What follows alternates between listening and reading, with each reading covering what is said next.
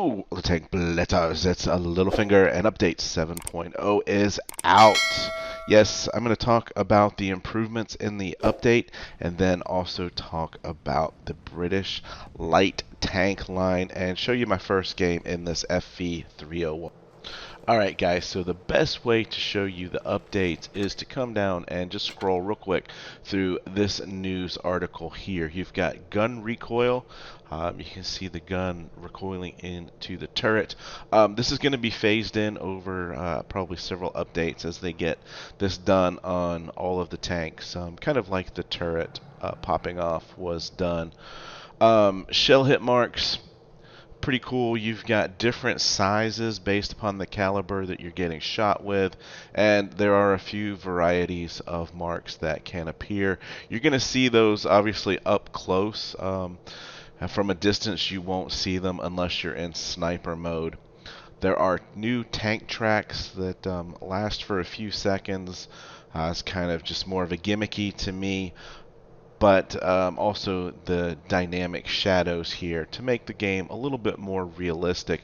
And the one thing I wanted to point out is if you come down to the graphics section here, especially if you're having lag or other issues, play around with these, drop the quality of some of these, and it might alleviate some of your problems. Obviously, as they add more and more to the game, that means that more data has to be transferred, and so it's just easier, especially if you're on a little bit of a slower device, maybe then that'll help with those issues. But the other thing that I wanted to just point out is if you go to other record replays, sometimes this gets turned off. It was off on my PC, but it was left on my iPad after the update.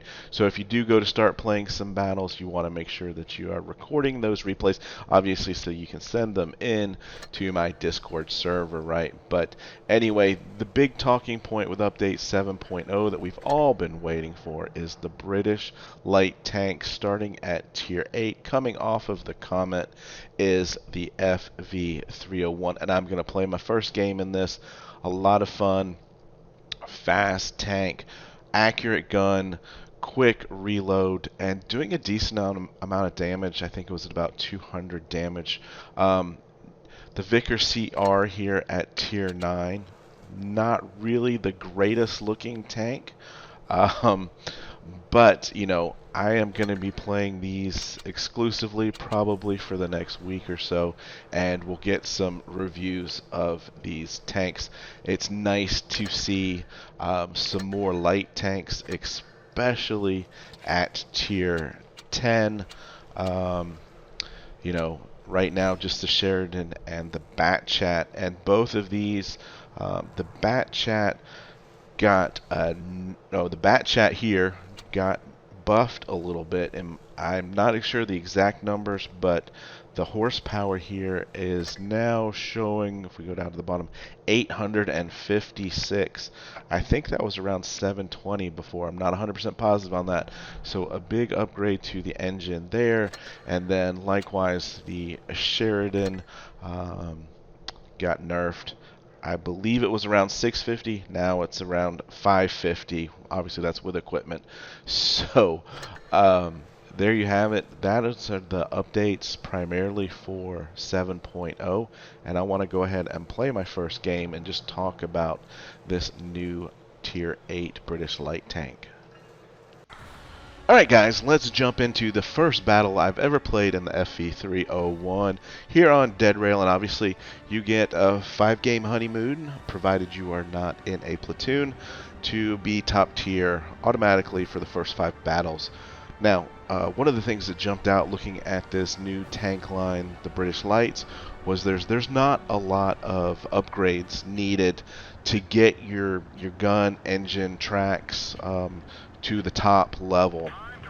That's one of the things that really bothered me about grinding the British tanks. You'd have 3 or 4 guns, 3 engines, 2 turrets, 2 tracks, and it was just a lot to grind. My preference obviously is to go for the gun first, engine second, and tracks last. But we're going to come up here, do a quick spot, and pull on back. And obviously, straight away, you can see the new tire marks as they slowly disappear from where we have come from. And again, you know, a little bit more of a gimmicky type feel to it than anything. But does add a little bit more realism. Can't really tell much about the shadows at this point. Here comes an FE, and he turns his turret, and we do bounce that shot. And want to just make a point not to get worried, guys. If you start off the battle slowly and you haven't done damage, don't worry. The damage is going to come. Don't let that rush you into bad positioning. I've found, and as I missed that second shot, you know, and we're over a minute into this game and I've still done 0 damage, I have found that some of my highest damage games have come when I haven't done any damage for the first minute or 2 of the game. So don't let that get you frustrated and push you into bad positioning. And you know, it's one of these games that, you know, the teams are on top of each other. Not a lot we can do at this point in time. And one of the things I did notice there is that the gun mantlet appears to be pretty bouncy. We'll see how that plays out over time. It is pretty wide and takes up most of the turret there. So I'm interested to see how that plays out. But, you know, this is a VK 2801 at tier 8, in my opinion. It's got the maneuverability of the VK. It's got the gun accuracy. You can just peek-a-boom like that, take your shots, and get back behind cover. Now, obviously, the 130 PM here, we don't want any business. So being very careful with him. You see, he hits the rock the first time, and I finally switch over to HE. I just really didn't have the time there. I didn't have the bar open on my iPad, and just wanted to get those shots in. And you know, in this position here where I'm trading shots with that FV, and it's not what you want to do, especially not in a light tank like this.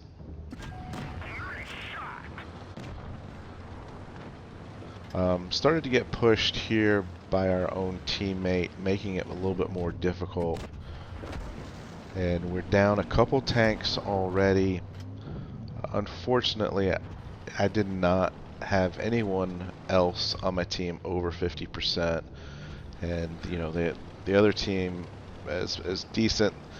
And this is where I see the T-49 pushing onto our 2 campers back here. LTTB, I don't know what you're doing back there. You don't belong back here, and quite honestly, very fitting that that T-49 just came and ate your lunch.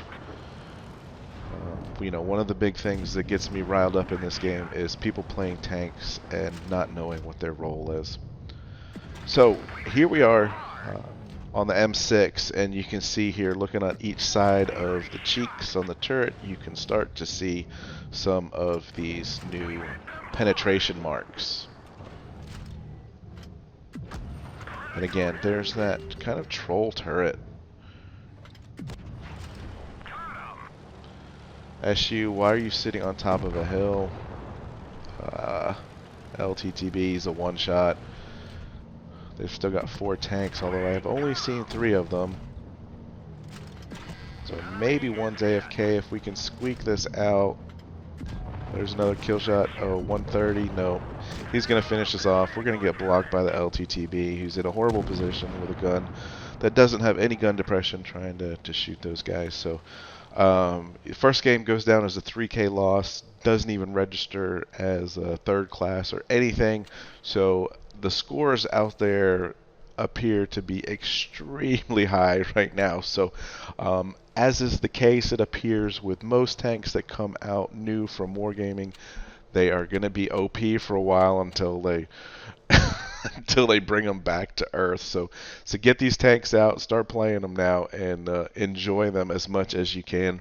We'll be doing full tank reviews on them soon. And as always, have fun out there, stay safe, get educated, not fingered. Littlefinger out.